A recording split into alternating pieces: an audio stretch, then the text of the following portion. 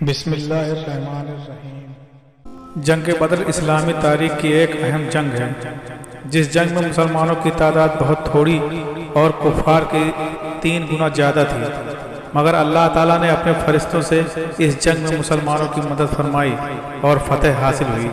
جب نبی کریم صلی اللہ علیہ وسلم ہجرت کر کے مکہ سے مدینے تشریف لائے تو مکہ کے کفار کو بہت ناگوار گزرا اور اس بات کی کوشش کرنے لگے کہ کیسے مسلمانوں سے انتقام لیا جائے۔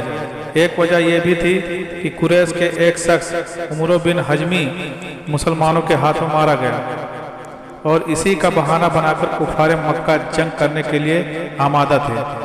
نبی کریم صلی اللہ علیہ وسلم تک یہ خبر پہنچی کہ مکہ والوں کا ایک قافلہ شام سے آ رہا ہے اور مدینے کے قریب سے گزرے گا، تو آپ صلی اللہ علیہ وسلم نے مکے والوں پر ایک قسم کا رعب قائم کرنے کے لیے مہاجرین اور انصار کی ایک جماعت کو روانہ فرمایا کہ مکہ والوں کے قافلے کو روکو۔ یہ جماعت جنگ کے ارادے سے نہیں بھیجی گئی تھی، اس لیے کوئی جنگی سامان نہیں رکھی گئی تھی۔ کسی طرح اس جماعت کی روانگی کا معلوم اس قافلے کو ہو گئی۔ اس قافلے کے امیر ابو سفیان جو فتح مکہ کے موقع پر مسلمان ہوئے تھے، خبر پاتے ہی ابو سفیان نے اپنے قافلے کو دوسرے راستے سے مکے کی طرف بڑھے اور ساتھ ہی ایک شخص کو مکے کی طرف تیز رفتار سے بھیجا تاکہ کوئی مدد مل سکے۔ مکے میں جب یہ خبر ملی تو ابو جہل فوراً 1000 کا فوج تیار کی اور روانہ ہوا۔ ادھر ابو سفیان دوسرے راستے سے اپنے قافلے کے ساتھ مکہ پہنچ گئے اور ابو جہل کو خبر بھیجی کہ واپس آ جائے، لیکن اپنے لشکر کے گھمنڈ اور مسلمانوں کے انتقام کی وجہ سے واپس نہ ہوا اور مدینے کی طرف بڑھتا رہا۔ جب نبی کریم صلی اللہ علیہ وسلم کو اس بات کی خبر ہوئی کہ کفار مکہ اپنے لشکر کے ساتھ مدینے کی طرف بڑھ رہے ہیں، تو آپ نے انصار اور مہاجرین صحابہ رضی اللہ تعالیٰ عنہ کے ساتھ مشورہ کیا اور رائے معلوم کی۔ حضرت ابو بکر صدیق رضی اللہ تعالیٰ عنہ، حضرت عمر رضی اللہ تعالیٰ عنہ اور مقدار رضی اللہ تعالیٰ عنہ بڑی ہی بہادری اور شجاعت سے جواب دیا اور کہا کہ ہم ان بنی اسرائیل کی طرح نہیں ہیں جنہوں نے موسیٰ علیہ السلام سے کہہ دیا تھا کہ تو اور تیرا رب دونوں جا کر لڑو، ہم تو یہیں بیٹھے تماشا دیکھیں گے۔ گویا کہ تمام صحابہ انصار اور مہاجرین جنگ اور کفار سے مقابلے کے لیے تیار تھے۔ جنگ میں مسلمانوں کی تعداد بعض روایت میں 313 اور بعض میں 310 آیا ہے۔ 2 گھوڑے، 70 اونٹ اور جنگی سامان کی تعداد بہت کم تھی۔ جماعت میں کمزور اور ضعیف بھی تھے۔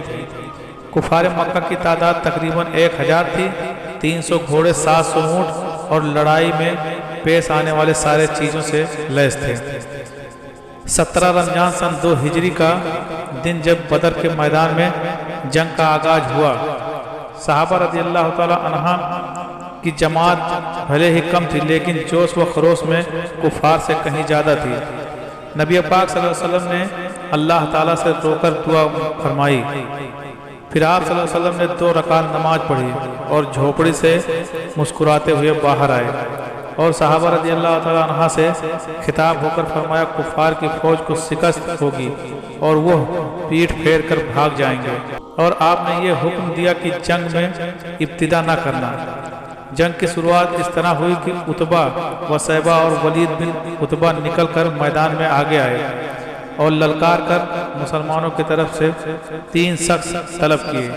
ان تینوں کا مقابلہ کرنے کے لیے انصار کے 3 صحابی روانہ ہوئے، مگر عتبہ نے یہ کہہ کر لڑنے سے منع کر دیا کہ تم مدینے والے ہو، ہم تو صرف قریش جو ہجرت کر کے آئے ہیں ان لوگوں سے ہی لڑیں گے۔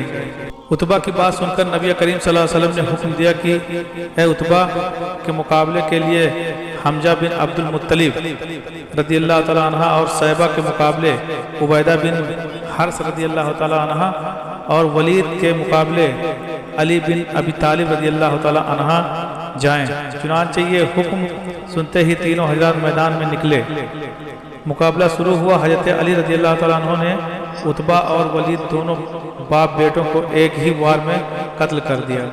شیبہ کے مقابلے میں عبیدہ رضی اللہ تعالیٰ عنہ زخمی ہوئے۔ یہ دیکھ کر حضرت علی رضی اللہ تعالیٰ عنہ آگے بڑھ کر صحابہ کو بھی قتل کر دیا۔ اس کے بعد کفار کے باقی جماعت بھی حملہ ور ہو گئیں۔ جواب میں مسلمانوں کی بھی جماعت ان پر ٹوٹ پڑی۔ بعض روایت میں آتا ہے کہ نبی کریم صلی اللہ علیہ وسلم نے صحابہ رضی اللہ تعالیٰ عنہ سے فرمایا کہ جبریل علیہ السلام ایک شخص کی شکل میں بڑی بہادری سے لڑ رہے ہیں۔ کچھ ہی دیر میں کفار کے 70 سے زیادہ لوگ قتل ہوئے اور یہ سب دیکھ کر کفار ایک جماعت واپس بھاگ کھڑی ہوئی۔ ایک صحابی امیر بن الحمام انصاری رضی اللہ تعالیٰ عنہ نبی کریم صلی اللہ علیہ وسلم کے پاس کھجور کھاتے ہوئے آئے اور پوچھا کہ اگر میں کفار سے لڑتا ہوا مارا جاؤں تو فوراً جنت میں چلا جاؤں گا؟ آپ صلی اللہ علیہ وسلم نے فرمایا ہاں۔ وہ اسی وقت اپنے ہاتھ سے بقیہ کھجور پھینک کر تلوار کھینچ کر دشمنوں پر جا پڑے اور لڑ کر شہید ہوئے۔ ایک نوعمر انصاری معاذ بن عمرو رضی اللہ تعالیٰ عنہ کا مقابلہ اچانک ابو جہل سے ہو گیا۔ معاذ بن عمرو رضی اللہ تعالیٰ عنہ نے موقع پا کر اس کے پیر پر تلوار سے ایسا وار کیا کہ اس کا ایک پاؤں کٹ کر الگ جا گرا۔ یہ دیکھ کر ابو جہل کا بیٹا اپنے باپ کو بچانے آگے آیا اور معاذ رضی اللہ تعالیٰ عنہ کو زخمی کر دیا۔ اس کے بعد انصار کے ہی ایک دوسرے نوعمر صحابی رضی اللہ تعالیٰ عنہ نے ابو جہل کے قریب جا کے اپنے تلوار سے ایک ایسی چرب لگائی کہ وہ لہو لعان ہو کر گر پڑا۔ بعد میں جب مسلمانوں کو فتح حاصل ہوئی تو آپ صلی اللہ علیہ وسلم نے حکم دیا کہ ابو جہل کی لاش تلاش کرو۔ تو حضرت عبداللہ بن مسعود رضی اللہ تعالیٰ عنہ نے ابو جہل کو تلاش کرتے ہوئے دیکھا کہ وہ کہیں پڑا ہے تو اس کے سینے پر چڑھ گئے اور اس کا سر کاٹ کر نبی کریم صلی اللہ علیہ وسلم کے خدمت میں پیش کیا۔